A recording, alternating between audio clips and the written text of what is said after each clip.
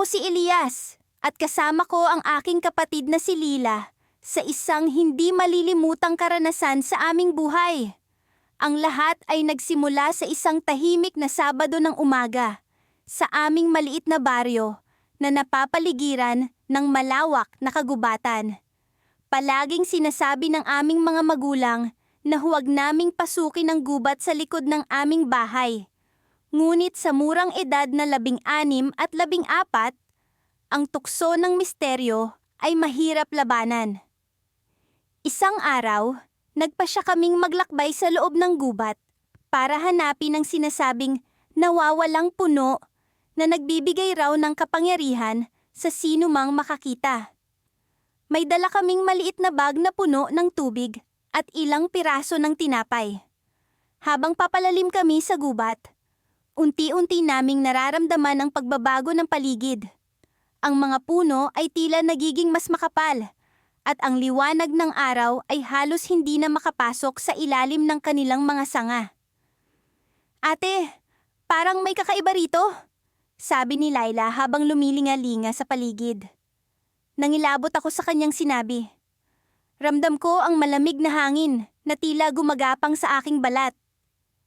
Ngunit hindi ako nagpahalata. "Wala yan! Imaginasyon mo lang," sagot ko. Pilit nang umiti upang mapawi ang takot na unti-unting bumabalot sa akin. Nagpatuloy kami sa paglalakad hanggang sa marating namin ang isang bahagi ng gubat na tila hindi pa napupuntahan ng tao. Doon namin napansin ang isang malaking puno na natatabunan ng mga gumagapang na halaman. Habang papalapit kami, biglang lumakas ang hangin at nagdulot ito ng kakaibang tunog. Parang mga bulong na nagmumula sa mga sanga. "Narinig mo ba yun?" tanong ko kay Lila, habang ang aking puso ay kumakabog sa kaba. Tumango siya, nakakunot ang noo at halatang kinabahan. "Oo, kuya, parang may sumusunod sa atin." Nagsimula kaming maglakad pabalik. Ngunit nararamdaman namin ang mga tingin ng isang hindi nakikitang nilalang. Sa bawat hakbang, tila may aninong sumusunod sa amin. Ang aking puso ay patuloy na kumakabog, at si Lila ay pilit na kumakapit sa aking braso. Bigla kaming nakarinig ng kaluskos sa likuran namin.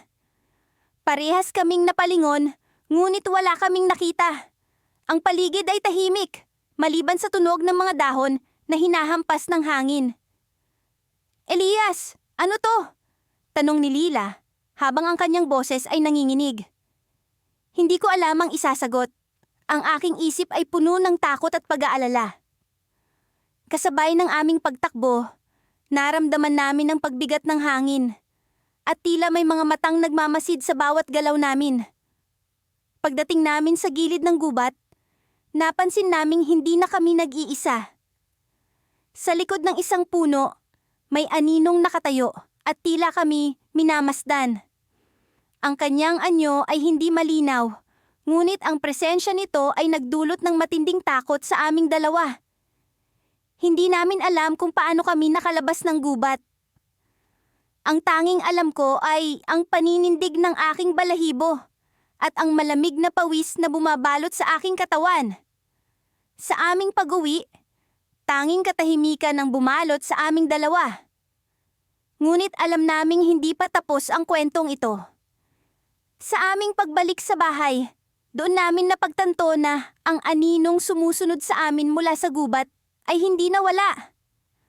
Ang tanong ay, paano namin ito haharapin? Sa paglipas ng mga araw, unti-unting lumalim ang aming pangamba. Ang bawat paggalaw ng hangin sa labas ng aming tahanan ay tila may kasamang bulong ng gubat. Ang mga puno ay nagiging mga halimaw na nakatingin sa amin.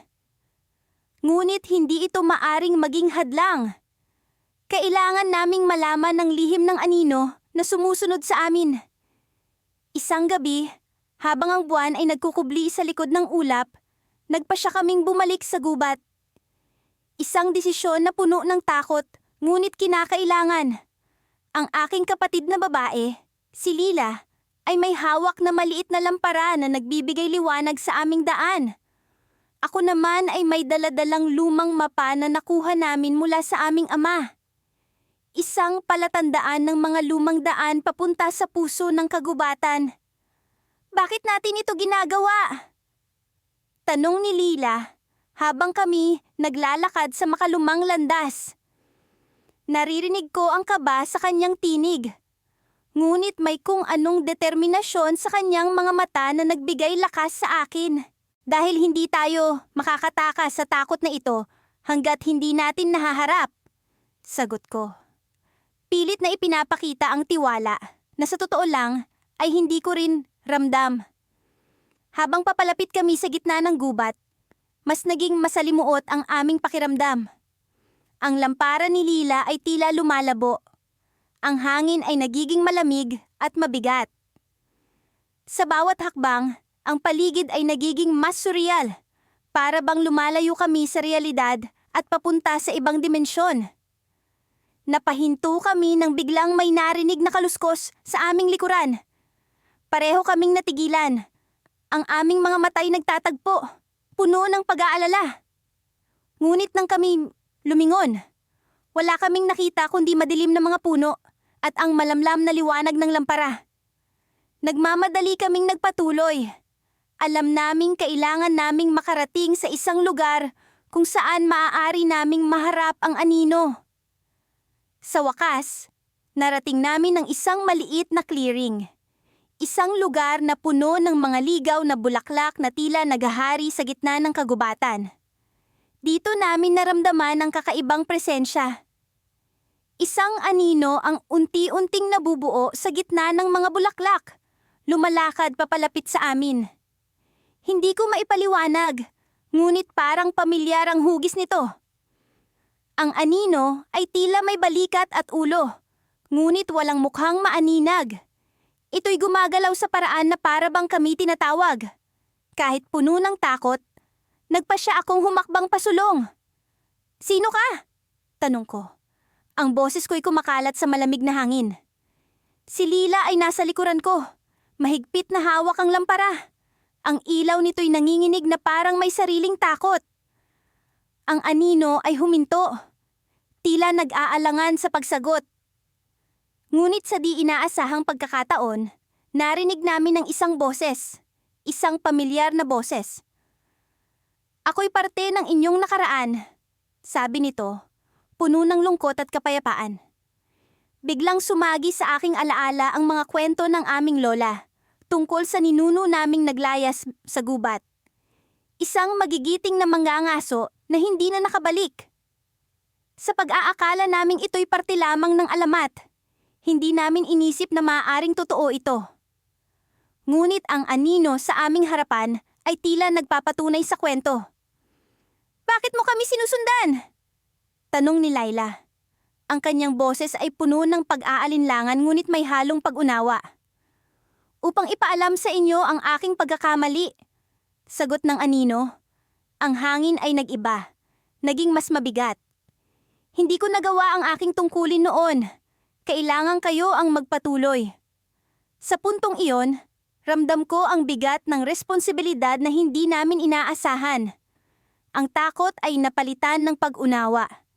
Ngunit sa likod ng kamalayang iyon ay may mas malalim na pangamba. Isang bagay na hindi pa namin lubusang nauunawaan. Bakit kami? Tanong ko. Ngunit bago pa man makasagot ang anino, biglang naglaho ito. Iniwan kami sa gitna ng mga bulaklak. Walang sagot kundi ang malamig na hangin ng gabi. Ang kagubatan ay muling naging tahimik. Ngunit hindi na ito katulad ng dati. May kung anong pagbabago sa hangin. Isang paalala na ang aming paglalakbay ay hindi pa tapos. Nagkatinginan kami ni Lila, puno ng tanong. Ngunit sa likod ng lahat ng ito, alam namin na isang bagay ang malinaw. Hindi kami nag-iisa sa pagharap sa anino ng aming nakaraan. Muli naming tinahak ang daan pa uwi. Puno ng pag-aalala ngunit may kaunti ring pag-asa. Ang anino ay maaaring bahagi ng aming nakaraan. Ngunit ito rin ay nag-iwan ng isang misteryo na kailangan naming lutasin. At sa likod ng bawat hakbang, Naramdaman namin ang malamig na hangin ng gubat, na tila may kasamang bulong ng babala. Isang babala na hindi pa namin lubusang nauunawaan. Ngunit sa aming pagbalik sa tahanan, isang bagay ang pumukaw sa amin. Sa pintuan ng aming bahay, may lumang litrato na nakapaskil. Ang larawan ng aming ninuno, ang mga ngaso na hindi na bumalik. Ngunit sa ilalim nito, may nakasulat na hindi namin napansin dati. Ang misyon ay magsisimula sa dilim. Napatingin kami ni Lila sa isa't isa, puno ng takot at pag-aalinlangan. Ang gubat ay hindi lamang isang lugar ng takot, kundi isang bahagi ng aming kapalaran na hindi namin maiiwasan. At sa likod ng lahat ng ito, alam namin na ang tunay na hamon ay hindi pa nagsisimula. Ang araw ay unti-unting humuhupa sa likod ng mga nagtataasang puno. Nagsimula nang maglaro ang mga anino sa lupa. Kami ng kapatid kong si Lena ay nagmamadaling naglalakad sa makipot na daan palabas ng gubat. Ramdam ko ang kaba sa kanyang bawat hakbang. At ang pag-aalala sa kanya ay lalong nagpapabilis ng tibok ng puso ko. Kuya, parang may sumusunod sa atin. Bulong niya habang mahigpit na nakakapit sa aking braso. Hindi ko na mabilang kung pang ilang beses na niyang sinabi ito mula pa nang umalis kami sa lugar kung saan namin nakita ang mahiwagang anino. Nasisiguro kong wala, Lina. Pagod ka lang siguro. Sagot ko. Pilit na pinapakalma ang sarili ko at siya. Ngunit sa kaloob-looban ko, hindi ko rin maitanggi ang kakaibang pakiramdam na may mga matang nakamasid sa amin mula sa kadiliman ng gubat. Sa bawat kaluskos ng mga dahon at sanga, napapalingon kami. Ngunit wala kaming makita kundi ang paggalaw ng mga anino sa ilalim ng lumulubog na araw. Nagsimula nang maglaro sa isip ko ang mga kwento ng matatanda tungkol sa gubat na ito, na may mga nilalang na nakatira dito at hindi dapat binabaliwala. Kuya, bakit nga ba natin pinasok ang gubat na ito? Tanong ni Lena. Ang boses niya ay puno ng pagsisisi. Gusto lang naman natin ng bagong adventure, di ba? Sagot ko. Pilit nang umiti kahit alam kong wala na itong silbi. Ang totoo, gusto kong sisihin ang sarili ko. Kung hindi ko sana siya kinulit na sumama sa akin, hindi sana kami napunta sa ganitong sitwasyon. Nagsimula nang bumagsak ang dilim sa paligid at ang lamig ng hangin ay tila nagdadala ng mga bulong mula sa mga puno. Sa bawat hakbang namin, ang pakiramdam na may sumusunod sa amin ay lalong lumalakas. Kuya, tingnan mo doon! Bigla niyang sigaw, sabay turo sa kaliwa. Sa gilid ng aming paningin, may naaninag akong anino na mabilis na gumalaw sa likod ng mga puno. Alam kong hindi imahinasyon ni Lina iyon, sapagkat nakita ko rin. Bilisan natin, Lena! Sigaw ko. Hinila ko siya upang pabilisin ang aming takbo. Tumakbo kami habang ang mga anino ay tila lumalawak at bumibigat sa aming paligid. Hindi ko na alam kung saan kami patungo. Basta't ang alam ko lang ay kailangan naming makalayo sa aninong iyon. Ngunit sa isang iglap, biglang bumangga si Lena sa isang malaking puno. Napaupo siya sa lupa. Hawak-hawak ang kanyang noo na ngayon may bahagyang sugat. Kuya, hindi ko na kaya. Umiiyak niyang sabi. Lena, kailangan nating bumangon.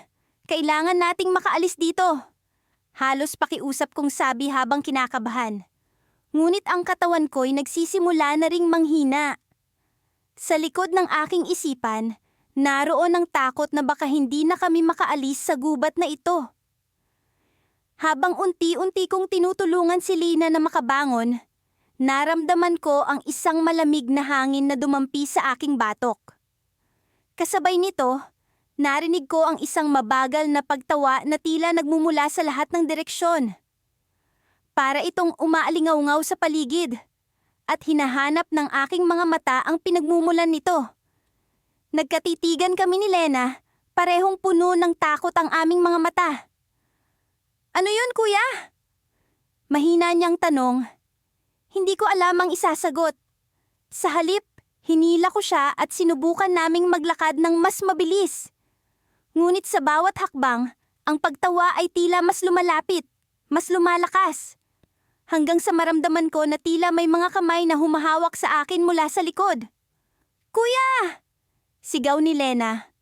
Ngunit bago pa siya makalayo, nakita kong may aninong nakatayo sa aming harapan. Wala itong mukha, kundi mga mata lamang na tila nagliliyab sa galit. Napatigil kami, hindi malaman kung saan pupunta.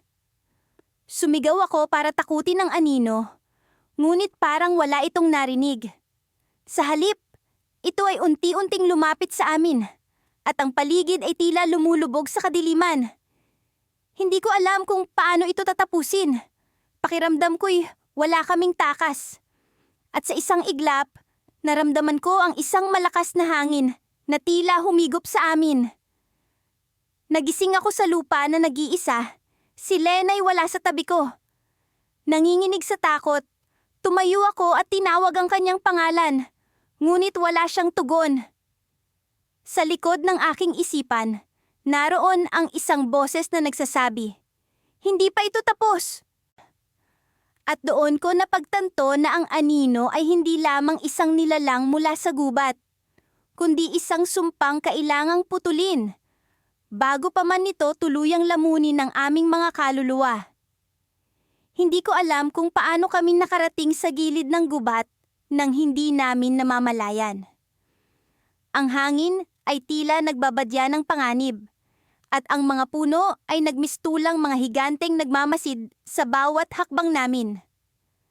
Sinubukan kong palakasin ang loob ko, kasabay ng paghawak sa kamay ng kapatid kong si Mia. Pareho kaming nakaramdam ng malamig na simoy na parang bumulong sa amin na bumalik na. Ngunit hindi kami natitinag. Sa kabila ng aming takot, may bahagi sa amin na nag-uudyok na tuklasin ang misteryo ng gubat na ito. Ang gubat na tila ba may sarili itong buhay. Sa bawat paggalaw ng mga dahon, may aninong sumusunod sa amin. Aninong nagbigay sa amin ng kakaibang kilabot. Wala kaming ideya kung ano ito, ngunit alam naming hindi kami nag-iisa. Mia, nararamdaman mo ba yun? Tanong ko.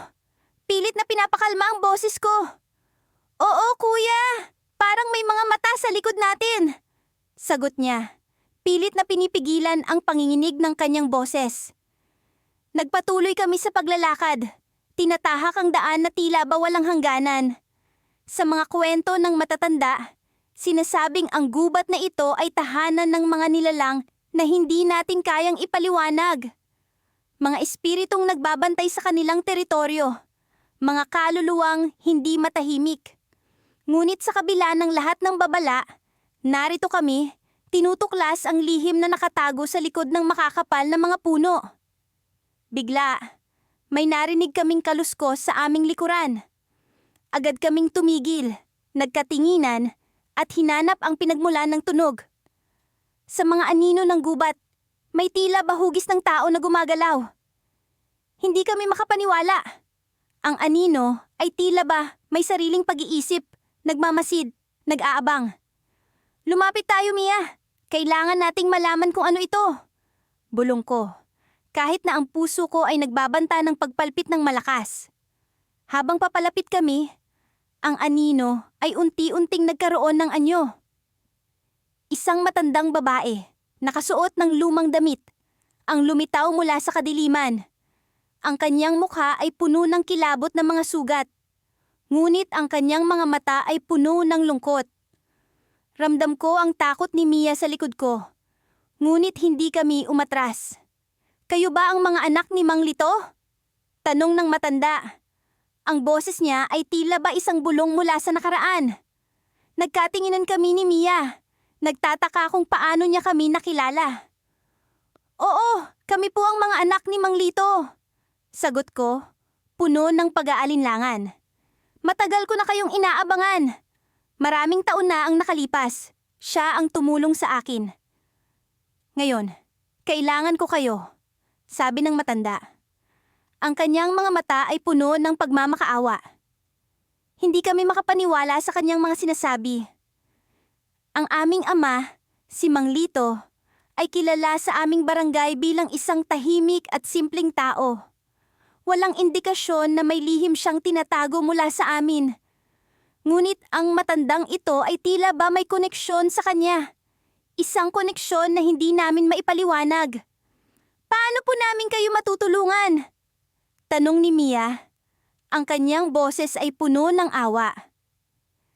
Kailangan kong matanggal ang sumpang ito. Ang gubat na ito ay may lihim na hindi dapat malaman ng iba. Ang inyong ama lamang ang may kakayahang magligtas sa akin. Ngunit ngayon, kayo ang pag-asa ko, sabi niya. Ang kanyang mga mata ay puno ng pag-asa. Hindi ko alam kung ano ang dapat naming gawin. Paano namin matutulungan ang isang taong tila babahagi ng mga kwento ng kababalaghan? Ngunit sa kabila ng aming pagdududa, may bahagi sa amin ang nagnanais na matulungan siya. Biglang lumiwanag ang paligid, at ang aninong sumusunod sa amin ay tila ba nagmistulang mga hugis ng mga nilalang na puno ng galit. Ang kanilang mga mata ay naglalagablab, at ang kanilang mga mukha ay puno ng puot. Alam na hindi kami ligtas. Mia, tumakbo tayo! Sigaw ko, sabay hila sa kanya palayo sa matanda. Habang tumatakbo kami, nararamdaman ko ang paghabol ng mga anino sa amin. Ang kanilang mga bulong ay nagmistulang mga sigaw, puno ng puot at pagkamuhi. Ngunit ang matandang babae ay nanatiling nakatayo sa gitna ng gubat. Ang kanyang mga mata ay puno ng lungkot at pag-asa. Hindi ko alam kung paano kami nakaligtas sa gubat na iyon. Ang mga anino ay tila ba naglaho. Ngunit ang kanilang presensya ay nananatili sa aming isipan. Hindi namin alam kung ano ang dapat gawin. Ngunit alam namin na ang gubat na iyon ay may lihim na hindi dapat malaman ng iba. Sa aming pag-uwi, nakita namin ang aming ama na nakatayo sa pintuan ng bahay. Ang kanyang mukha ay puno ng pag-aalala. Hindi namin alam kung paano sasabihin sa kanya ang aming naranasan. Ngunit alam namin na kailangan niyang malaman. Anak, may kailangan akong sabihin sa inyo, sabi niya. Ang kanyang boses ay puno ng seryosong pag-aalala. At sa puntong iyon, napagtanto namin na ang aming ama ay may lihim na tinatago.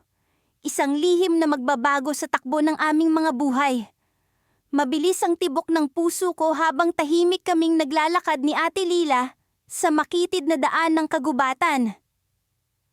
Ang mga yapak namin ay tila bumibigat sa bawat hakbang, dala ng hindi maipaliwanag na takot na unti-unting bumabalot sa amin.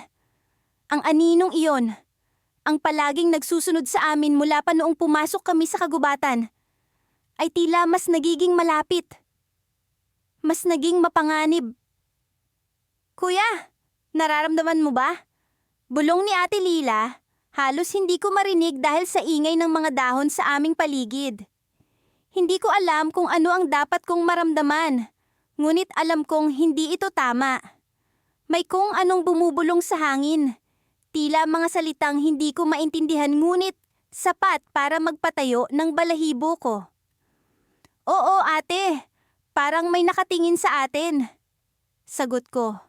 Pilit na pinapanatiling kalmado ang boses ko, kahit pa ang kabog ng dibdib ko ay halos umabot na sa lalamunan ko. Tumigil kami sa tabi ng isang malaking puno. Ang mga ugat nito'y nakalantad, at tila mga daliri ng isang higanteng nilalang. Kasabay ng aming pagtigil, ay ang biglang paglamig ng hangin, na para bang isang pahiwatig na may mas nakakatakot pang mangyayari.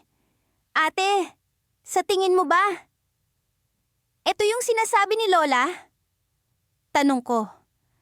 Ang mga kwento ni Lola tungkol sa aninong hindi dapat sundan. Mga kwentong palagi niyang sinasabi tuwing kami bumibisita sa kanya. Noon ay palagi kong iniisip na katang-isip lamang ang mga iyon. Mga kwento para takutin ng mga bata. Ngunit ngayon, Sa gitna ng kagubatan, nagdududa ako. Kung totoo man kuya, kailangan nating malaman kung ano ang gusto nitong anino. Sagot ni Ate Laila. Ang kanyang boses ay puno ng tapang na kahit siya ay natatakot, ay pilit niyang itinatago. Patuloy kaming naglakad. Mas mabilis ngayon sa pag-asang matakasan ang aninong palaging nasa gilid ng aming paningin. Ngunit tila hinahabol kami nito. Mas naging malapit, mas naging mapanupil.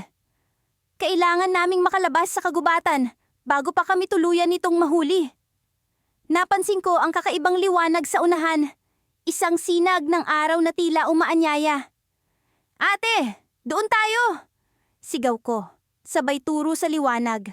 Kung ano man ang naghihintay sa amin doon, ay mas mabuti kaysa manatili sa dilim ng kagubatan. Ngunit habang papalapit kami sa liwanag, naramdaman ko ang pagbigat ng paligid, na para bang may humihigop sa enerhiya ng paligid namin. Ang anino ay tila nasa likuran na namin. Halos nararamdaman ko na ang malamig nitong hininga sa aking batok. Sa wakas, ay narating namin ang gilid ng liwanag. Ngunit bago namin masilayan ang kabuuang liwanag, narinig namin ang isang boses, malalim, malamig, at puno ng pangamba. Huwag kayong aalis. Hindi ito ang nilalayon ng inyong kapalaran. Natigilan kami ni Ate Lila. Ang mga paa namin ay tila bagay nakabaon sa lupa. Sino ang nagsasalita? At ano ang ibig sabihin nito? Sa gitna ng aming pagkalito, isang figura ang unti-unting lumitaw mula sa anino. Isang matandang may mga mata na tila ba puno ng lihim at karunungan. Ngunit sa likod nito ay may bahid ng panganib. Ang anino'y hindi kalaban, mga anak, sabi niya. Ang boses ay tila nagmumula sa kailaliman ng kanyang kaluluwa. Ito'y bantay, tagapagligtas, mula sa mas masahol pang kapalaran. Ano pong ibig niyong sabihin? Tanong ni Ate Lila. Ang kanyang boses ay nanginginig, ngunit puno ng determinasyon. Ngumiti ang matanda. Ngunit ang kanyang ngiti ay tila may bahid ng lungkot. Sa bawat liwanag ay may aninong nagtatago. At sa bawat anino ay may liwanag na hindi dapat makita. Paliwanag niya, sabay turo sa liwanag na kanina pa naming nais marating. Biglang nag-iba ang pakiramdam ng paligid. Ang dating nakakaakit na liwanag ay tila naging banta. Ang anino ay hindi pala ito ang dapat naming katakutan, kundi ang liwanag na kanina pa namin nais marating. Sa isang iglap, ang matanda ay naglaho. At kami ay naiwan ni Ate Laila, nakatayo sa gilid ng liwanag at anino. Isang desisyon ang kailangan naming gawin, ang manatili sa anino o tumungo sa liwanag, na tila ba may lihim na hindi namin kayang arukin. Hindi ko alam, ate, sabi ko, nang hindi ko maiwasang magtanong sa sarili ko kung ano ang tama. Pero kailangan nating magdesisyon. Oo, kuya, sagot ni Ate Laila, nakatitig sa akin ng may pag-aalala. Saan tayo pupunta? Hawak kamay. Kami ay nakaharap sa dalawang landas. Ang anino ng kagubatan. At ang liwanag ng hindi namin alam na kapalaran. Sa kabila ng takot at pagdududa, alam naming kailangan naming magdesisyon. Ngunit ano ang magiging kapalaran namin sa pipiliin naming landas?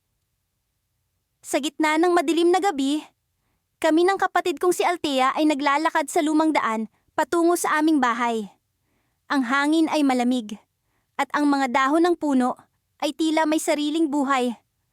Habang sila'y pumapagaspas, ang bawat tunog mula sa gubat ay tila isang banta, isang paalala na kami ay hindi nag-iisa. Ngunit sa pagkakataong ito, kami ay hindi na natatakot.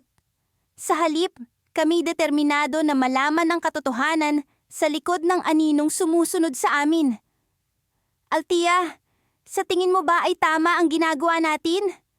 Tanong ko, habang pinipilit kong iwaksi ang kaba sa aking dibdib. Oo, kailangan nating malaman kung ano ang bumabalot sa atin. Hindi tayo pwedeng magtagal sa takot, sagot niya. may determinasyon sa kanyang boses. Lumapit kami sa isang lumang puno na tila may matandang lihim. Ang mga ugat nito ay nakalantad sa lupa at ang mga sangay kumakalawit sa hangin. Sa ilalim ng punong ito, nagdesisyon kaming huminto saglit upang makapag-isip at makapagpahinga. Habang nakaupo kami roon, hindi ko maiwasang mapansin ang kakaibang anyo ng anino sa likod ng puno. Mabilis kong napagtanto na hindi ito ordinaryong anino. Ang anyo nito ay tila tao, ngunit hindi ko maaninag ng malinaw. Ang puso ko ay pumipintig sa kaba habang palihim na sinisilip ang anino. Halos nandito na tayo. Kailangan nating magpatuloy. Bulong ni Althea, na parang naramdaman din ang presensya ng anino. Tumayo kami at muling naglakad. Ngunit sa bawat hakbang namin ay parang mas lumalapit ang anino. Ang mga mata ni Althea ay nakatuon sa daan, habang ako na may patuloy sa paglingon sa likod. Sa kabila ng takot, may bahagi sa akin na gustong harapin ang anino.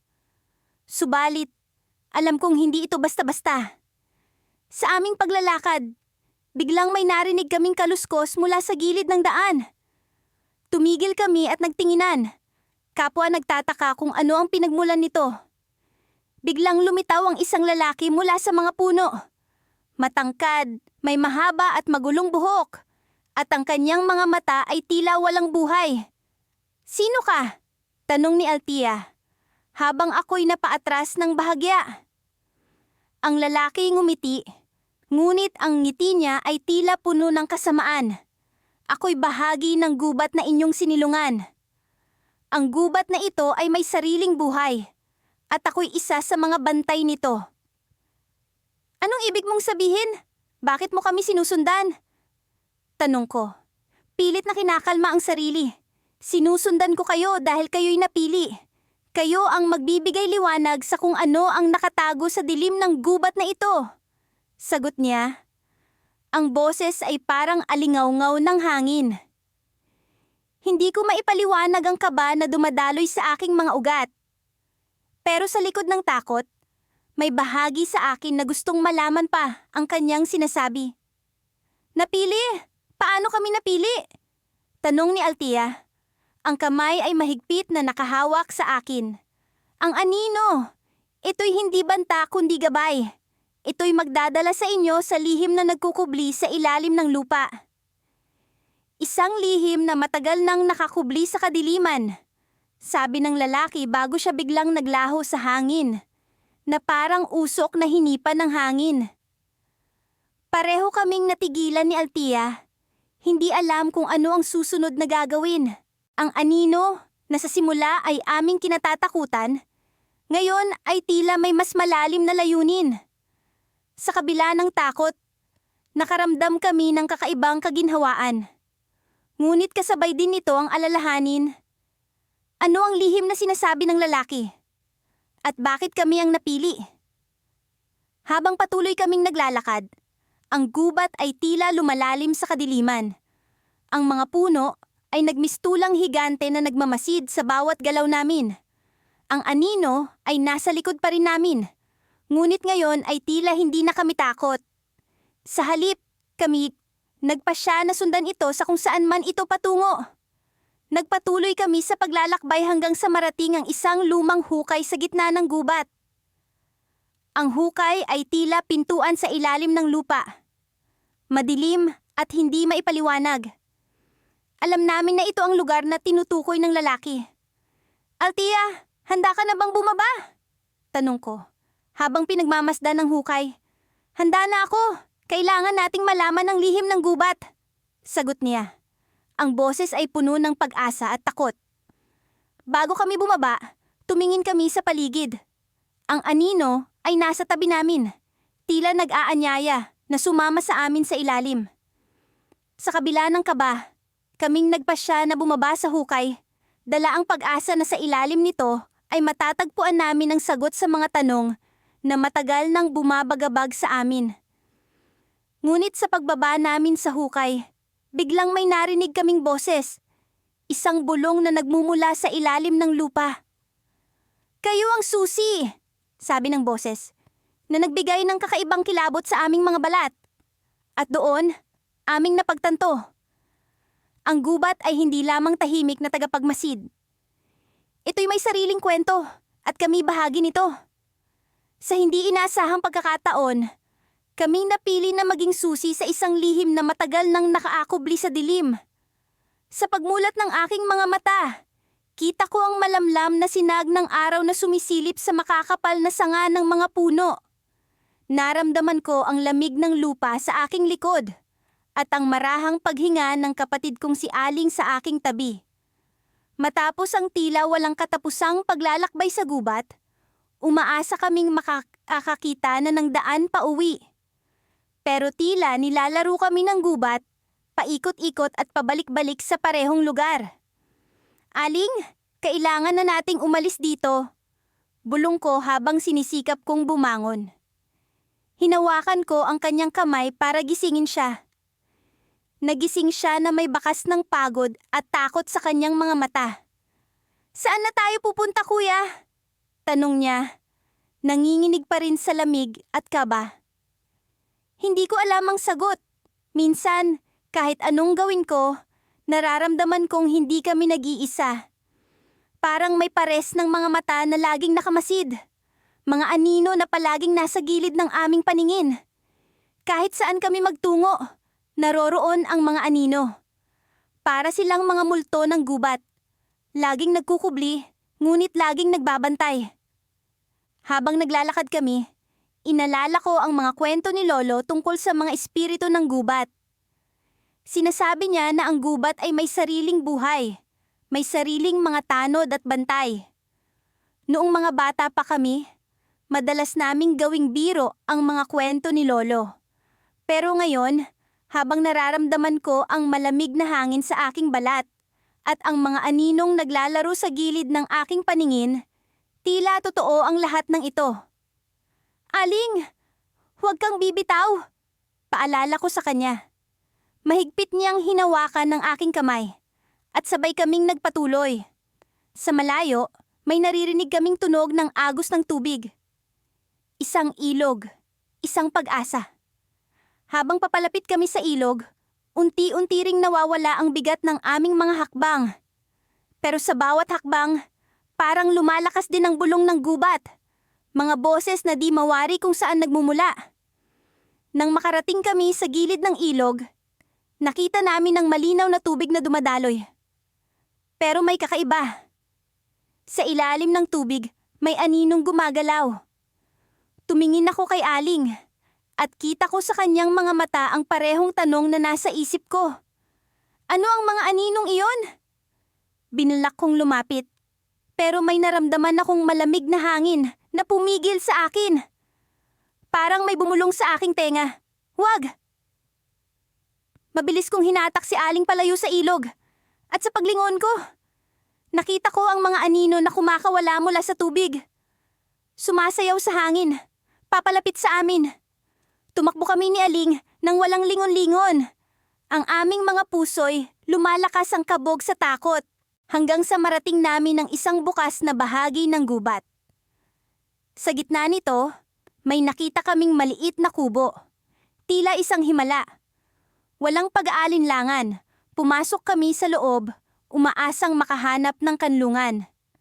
Sa loob ng kubo, may isang matandang babae. Nakaupo siya sa isang lumang upuan, nakangiti sa amin na tila ba alam na niyang darating kami. Inaantay ko kayo, sabi niya. Ang boses niya ay malamig ngunit puno ng awa. Sinubukan kong maging kalmado. Sino po kayo? Tanong ko. Pilit na itinatago ang kaba sa aking dibdib.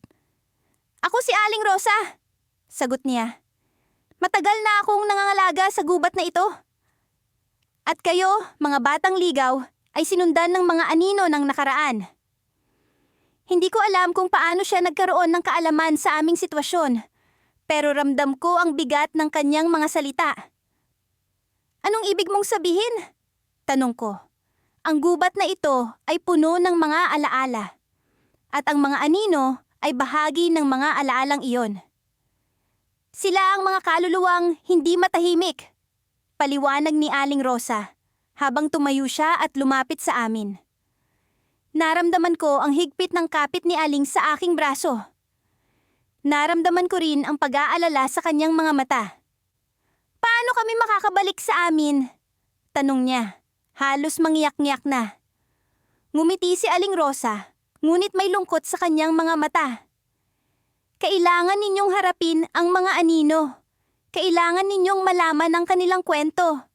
Doon lamang kayo makakahanap ng daan pa uwi. Sa mga salitang iyon, naramdaman kong may gumalaw sa aking likuran.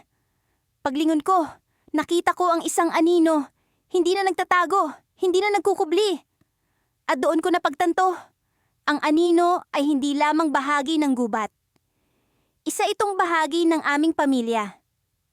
Hindi ko alam kung paano, pero alam kong kailangan naming malaman ang katotohanan.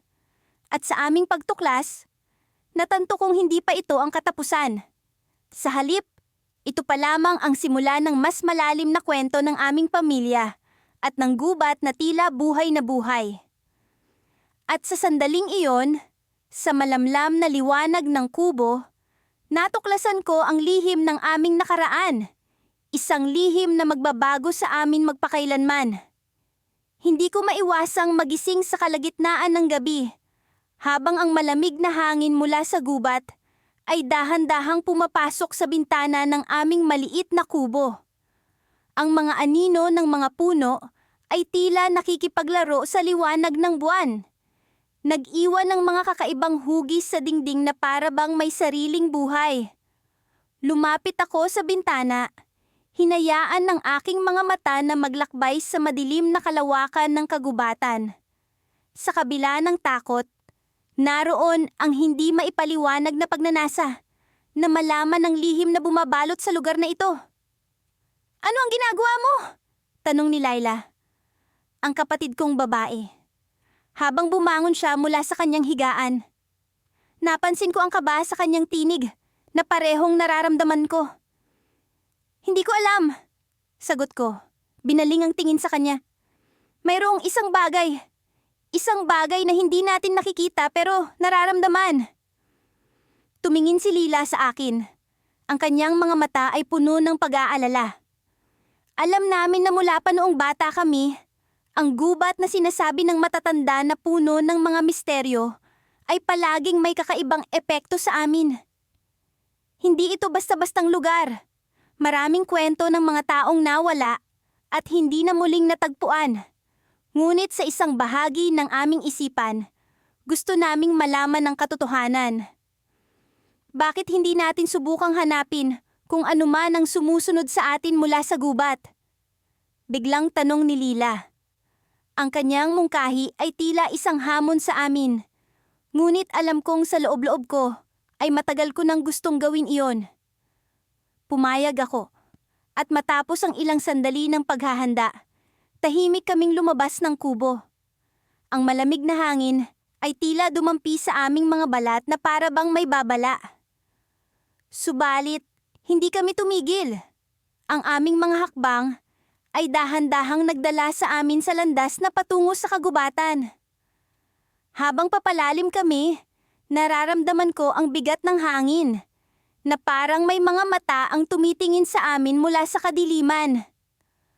Ang mga tunog ng gubat ay nagiging mas kakaiba at misteryoso, na tila may sariling wika na hindi namin maunawaan. Ngunit sa kabila ng lahat, naroon ang hindi maipaliwanag na lakas na nagtutulak sa amin pasulong. Nakarating kami sa isang clearing, isang bahagi ng gubat, na tila iniiwasan ng liwanag ng buwan. Dito, naramdaman namin ang presensya ng isang bagay na matagal nang sumusunod sa amin. Hindi ko maipaliwanag kung paano, pero alam kong naroon ito. Dito tayo titigil, bulong ko kay Laila. Alam kong narito na siya. Ano ang gagawin natin? Tanong ni Lila. Ang kanyang boses ay puno ng kaba, ngunit may halong determinasyon. Haharapin natin, sagot ko. Bagamat hindi ko alam kung paano. Nararamdaman ko ang takot ngunit may halong tapang na hindi ko maipaliwanag. Bigla na lang, Ang hangin ay tila huminto, at ang paligid ay naging tahimik. Ang mga anino ay nagsimulang gumalaw, at sa aming harapan ay lumitaw ang isang hugis na hindi maipaliwanag. Isang anino na may sariling buhay. Ito ay tila nagtataglay ng mga mata. Nakatingin sa amin na para bang sinisiyasat ang aming kaluluwa. Bakit kayo narito? Isang malamig na tinig ang bumalot sa paligid. Hindi ko alam kung saan ito nagmumula. Ngunit alam kong ito ang anino na matagal nang sumusunod sa amin. Gusto naming malaman ang iyong layunin. Sagot ko. Ang aking tinig ay tila mas matatag kaysa sa nararamdaman ko. Hindi ninyo dapat malaman, sagot ng anino, na para bang nagbabanta.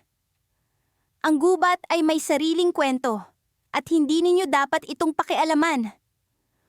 Ngunit bago pa kami makasagot, isang kakaibang liwanag ang bumalot sa clearing, at sa isang iglap, ang anino ay nawala. Kasabay nito, isang matandang lalaki ang lumitaw sa aming harapan. Nakasuot ng damit na tila gawa sa mga dahon at balat ng puno. Ako ang tagapangalaga ng gubat, sabi ng matanda. Ang kanyang tinig ay puno ng awtoridad, ngunit may halong kabaitan. Mayroong mga bagay na hindi ninyo dapat alamin, mga bagay na masyadong mapanganib. Hindi kami makapagsalita. Ang aming mga isip ay puno ng tanong. Ngunit bago pa man kami makapagtanong, siya ay nagpatuloy.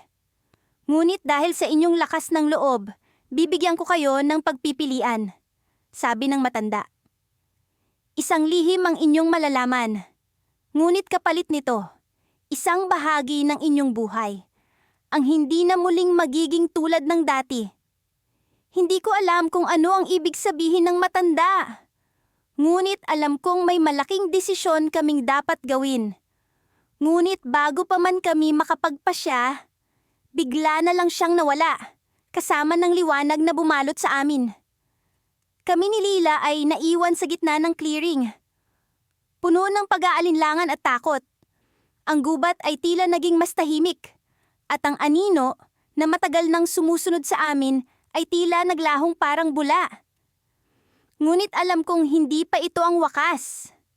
Ang aming paglalakbay ay hindi pa tapos. At ang lihim ng gubat ay patuloy na maghihintay sa amin. Hindi alam kung kami ba ay handa na sa susunod na hakbang. Sa kabila ng lahat, naroon ang isang katanungan sa aking isipan. Ano ang magiging kapalit ng lihim na iyon? At kami ba ay handa na sa mga susunod na mangyayari? Sa kabila ng malamam na liwanag ng buwan, nagpatuloy kami ni Ana sa paglalakad sa makipot na daan na tila ba walang hanggan. Sa bawat hakbang, nararamdaman ko ang bigat ng pagod sa mga paa ko. Ngunit hindi ko ito pinapansin. Ang tanging nasa isip ko ay ang makalayo sa anumang sumusunod sa amin mula pa kanina sa loob ng gubat. Ang gubat na ito na puno ng mga kwento at alamat na nagbigay sa amin ng takot at kaba. Nathan, nararamdaman mo ba yung malamig na hangin? Tanong ni Ana habang pinipigilan ang panginginig. Tumango lamang ako bilang sagot. Hindi ko magawang magsalita. Ang hangin ay hindi normal. Ito ay may dalang kakaibang kilabot na nagpaparamdam sa amin na hindi kami nag-iisa. Sa bawat paglingon ko, tila ba may mga mata na nagmamasid sa amin mula sa likod ng mga puno. Ang mga anino ay gumagalaw sa gilid ng aming paningin, palaging nasa sulok, ngunit hindi kailanman lubos na nakikita. Ang mga ito'y anino ng kung anong nilalang na hindi namin maipaliwanag. Mga anino na tila ba nag-aanyaya sa amin na bumalik sa gubat. Nathan, kailangan natin magmadali, bulong ni Ana. Ang takot ay hindi na niya maitago sa kanyang tinig. Alam ko na ang mga anino ay malapit na sa amin. Narinig ko ang mga kaluskos sa ilalim ng mga dahon at ang mga bulong na tila ba nanggagaling sa hangin. Hindi ko alam kung paano namin sila nalusutan sa una. Ngunit alam kong hindi kami makakaligtas ng ganito habang buhay. Hindi nagtagal, narating namin ang isang lumang kubo sa gilid ng gubat. Ang kubo ay tila ba wala ng tao. Ngunit ito lamang ang tanging lugar na maaari naming pagtaguan. Walang oras para mag-isip, sinunggaban ko ang kamay ni Ana at sabay kaming pumasok sa loob. Ang amoy ng lumang kahoy at amag ay bumungad sa amin, ngunit ang kubo ay tila ba nag-aalok ng pansamantalang kaligtasan. Nathan, hindi ko na kaya, sabi ni Ana habang umuupo sa sahig. Ang kanyang mga mata ay puno ng luha ng takot at pagod. Lumuhod ako sa tabi niya. Pinilit kong ipakita na matatag ako, kahit sa loob-loob ko ay nag-aalab ang aking takot. Makakaya natin to, Ana. Kailangan lang nating magpahinga sandali.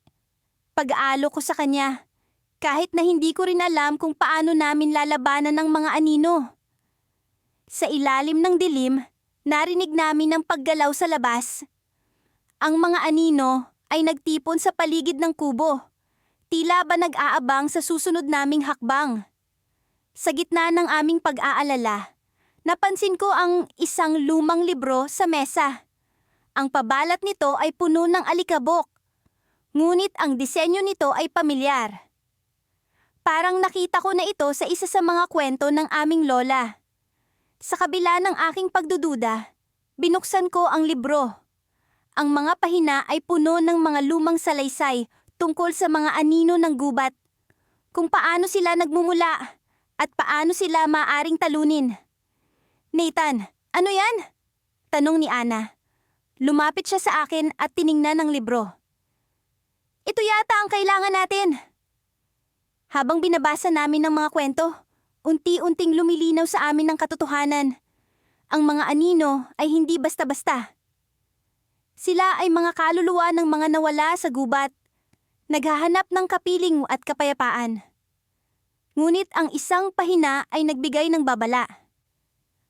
Ang mga anino ay hindi maaaring makalabas hanggat may dala silang isa sa kanilang mundo. Tumingin kami sa isa't isa ni Ana.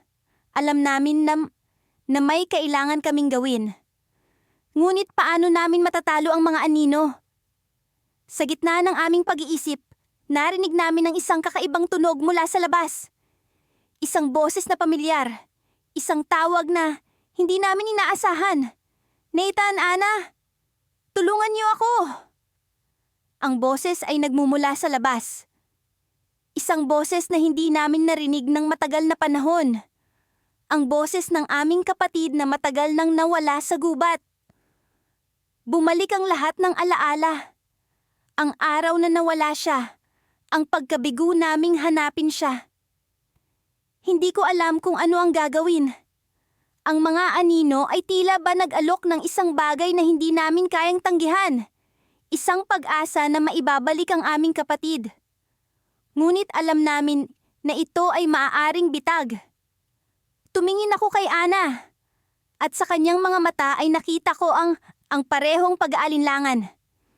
Sa gitna ng pagkalito, isang desisyon ang kailangan naming gawin. Ngunit sa bawat pagpili, may kapalit. Ang aming mga puso ay puno ng takot at pag-asa. Sa labas, ang mga anino ay patuloy na nag-aabang. Ang kanilang mga boses ay nag-iingay sa hangin. Ang aming kapatid ba ay isa na sa kanila? O ang boses na iyon ay isang manifestasyon ng aming takot at pagnanasa? Sa sandaling iyon, alam ko na ang gabing ito ay magtatapos sa isang desisyon na hindi na namin mababawi. Sa paglalim ng gabi, naramdaman kong dumarami ang mga aninong sumusunod sa amin. Parang mga matang nakatingin. Ang hangin ay tila puno ng bulong at alingaw-ngaw ng mga hindi maipaliwanag na tunog. Ang bawat hakbang namin ay tila isang pagsubok sa kakayahan naming manatiling buo ang loob.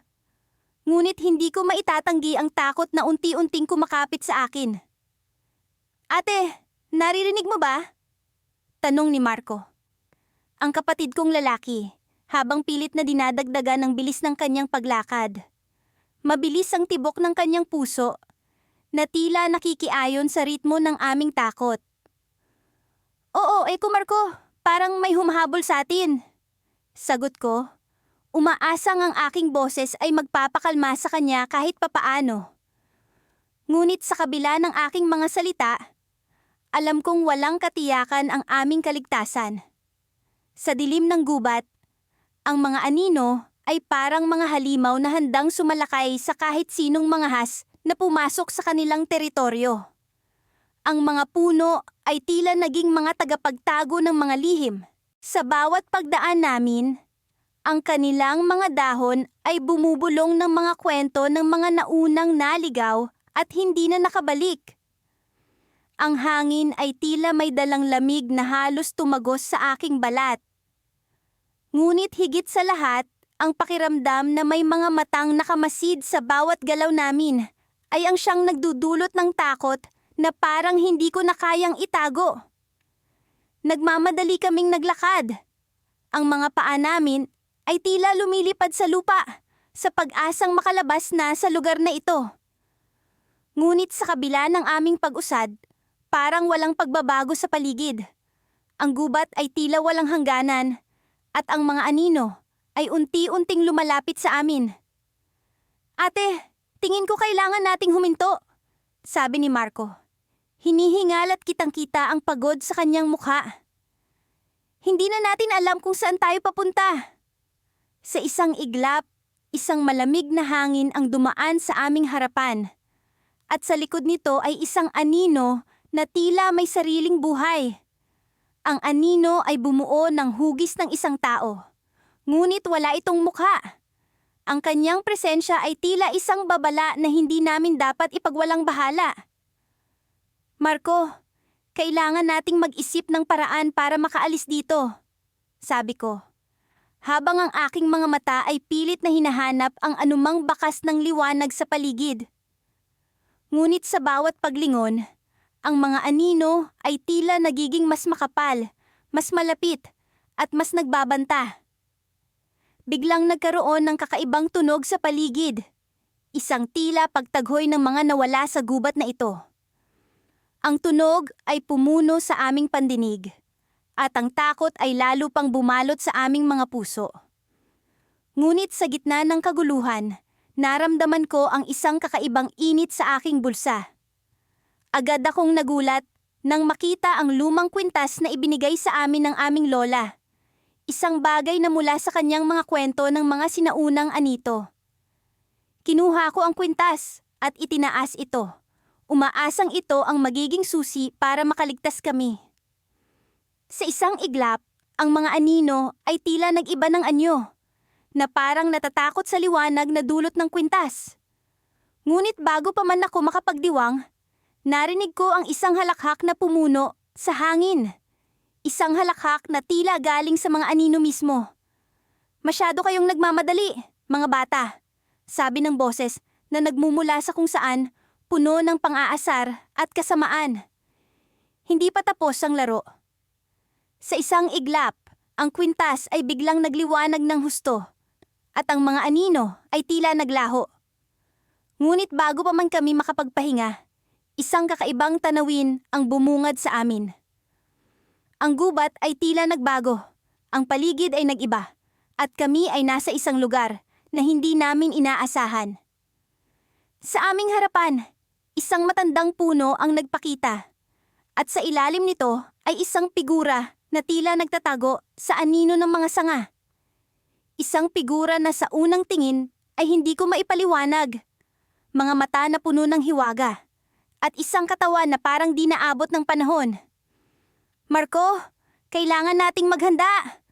Bulong ko sa kapatid ko, habang ang figura ay unti-unting lumalapit. Ang kwintas ay tila muling nagliwanag. Ngunit ngayon ay may kasamang init na hindi ko maipaliwanag. Alam kong hindi ito magtatapos ng basta-basta. Ngunit ang takot at pag-asa ay magkasamang bumabalot sa akin. At sa paglapit ng figura, isang bagay ang bumalot sa akin. Isang pakiramdam na parang ito ang simula ng isang mas malalim na hiwaga. Ang mga anino ay tila may sariling kwento. at kami ni Marco ay bahagi na nito. Sa kabila ng takot, alam kong hindi kami nag-iisa. Ngunit ang tanong, sino ang figura sa ilalim ng punong iyon? Sa isang iglap, ang mundo ay tila nagbago. Ang gubat ay nagbigay daan sa isang katotohanan na hindi namin inaasahang matutuklasan. Ngunit bago pa man namin maunawaan, ang figura ay nagsalita, nagbigay ng babala, at sa huli ay nag-iwan ng isang tanong na walang kasagutan. Sino ang tunay na may kontrol sa mga anino?